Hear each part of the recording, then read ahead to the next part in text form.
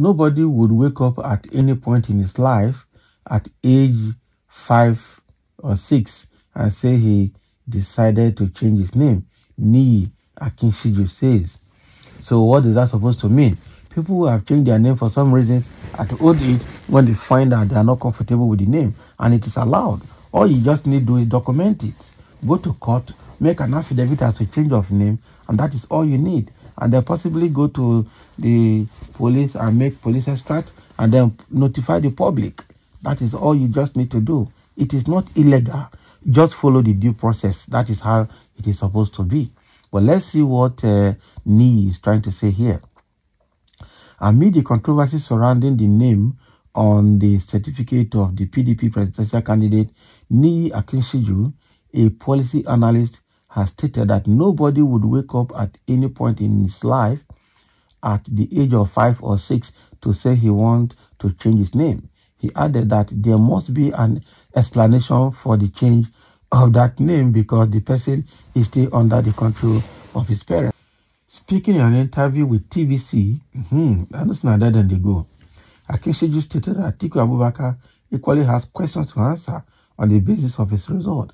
He stated that a person who points a finger at someone must be aware that other fingers are equally pointing back at him.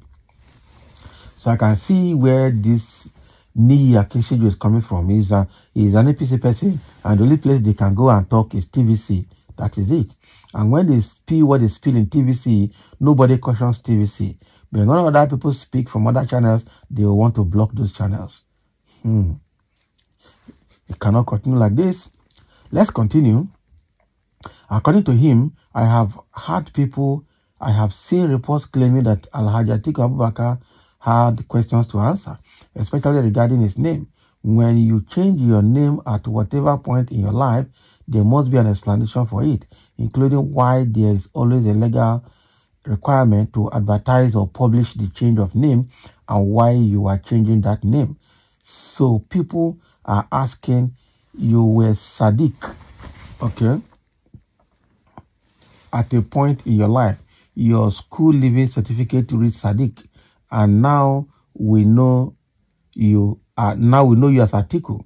Can you give us an explanation? Because nobody would wake up at any point in his life from age 5 to 6 and say he decided to change his name.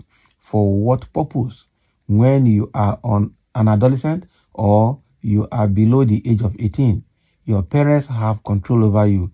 So if you are going to change your name, there must be a reason. So they will give you that reason. Exactly. So what Niyi Akinshiju is saying here is that Atiku must have changed his name at old age and not when he was a toddler or an adolescent or a youth or a child or a teenager. Okay? And so when you change your name, there's a process for that. You must go to court, do affidavit as a change of name, and then publish it and notify the public about it. Okay? That is exactly how to deal with change of name. So Atiku has a question to answer with respect to his name. That during his secondary school stage, he was known as Sadiq, and that is what he has in his WAEC certificate. But now we know him as Atiku Abubakar. So he needs to explain that to Nigeria. Yeah, so I think he has explained that, and he made affidavit. I learned he made affidavit at about 1973 or so, and then the affidavit he made is still there, which has all the explanations. So which explanation again do we want? He has answered the question already by his affidavit that he's made since 1975 or 73, and he's still keeping it till now. And by making a press conference to tell the world his name and how he changed it. So what else? What kind of explanation again do people want? People are just creating narratives, Now, wow.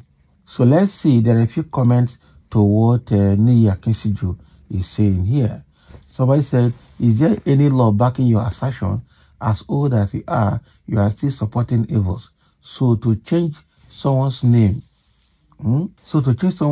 is more criminal than one who forged a certificate in foreign country to embarrass his nation. I doubt if you are not looking for an appointment. Alatenuje. Can you imagine? Somebody said, don't mind the thieves and useless old fools paid to talk rubbish. Any TVC news or guests are all liars and propagandists. Okay? Well said, bro. And that is it. Atiku changed his name with affidavit. What else do you want again? Atiku is different. Eh? Mr. I go school, I no get paper. Not be smart, you know. Atiku made affidavit now, and he explained this affidavit, and he came out to address the people. So what Tinubu has not made. In fact, Tinubu went to Wikipedia to change his name, to add Adekunle to his name, and the document is there. Meanwhile, on ground, he has not done affidavit as a change of name. He has not done police extract. He has not notified the public by way of publication. Can you imagine? So he has not even. So he's still forging. He will not change. And sometimes affidavit is not enough.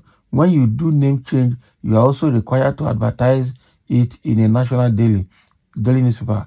Did Atiku do this? Also, it is strange for a young person still under the care of his parents to just wake up and change his name. Atiku now, wow. So this is narrative. He has done affidavit and kept it and documented it. What about Tinubu that went to Wikipedia to add Adekunle to his name? Okay, that is a name change on the media. But he has not gone to court itself in the first place.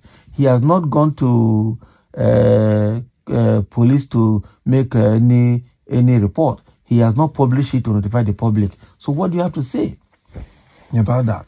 At the end of the day, Atiku that actually had made affidavit as far back as 1973 or thereabout is even better than somebody who had just woken up in the midst of forgery saga, started changing his name to reflect what he has on the papers that is being questioned. Is that not perpetuating forgery, telling more lies to protect existing lies? That is what it means. Now, wow. So all these people, so when they raise issues, they forget a lot of things. They forget a lot of things.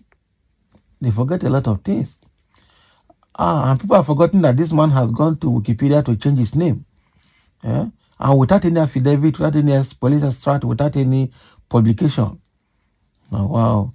And somebody that has that affidavit is being questioned. What a country.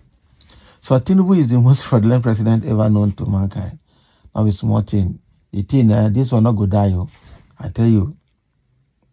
Sometimes, even if Atiku has questions to answer, he is not occupying the seat of government.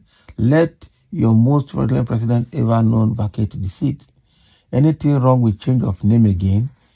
He was wise enough to have done it timely. Yes, APC or there don't know what is called affidavit. I tell you, they don't know. Someone said this is terrible. So the brains of many Nigerians have been impaired that simple truth can no longer be told, even including highly placed people in the society. Many Nigerians have chosen to be perpetual sycophants, blind followers, and unrepentant evil reinforcers because of stomach satisfaction. Between Atiku and Tinubu cases, the truth is very easy to know for any reasonable and honest person. So my submission is that the two cases are not the same, and even they are 1,000 miles away from each other. Let the supporters of evil and falsehood continue. The day of reckoning is very close to realize their stupidity. And I submit my case there. That is a very nice piece to conclude this analysis. Thank you for listening, and let's have a comment.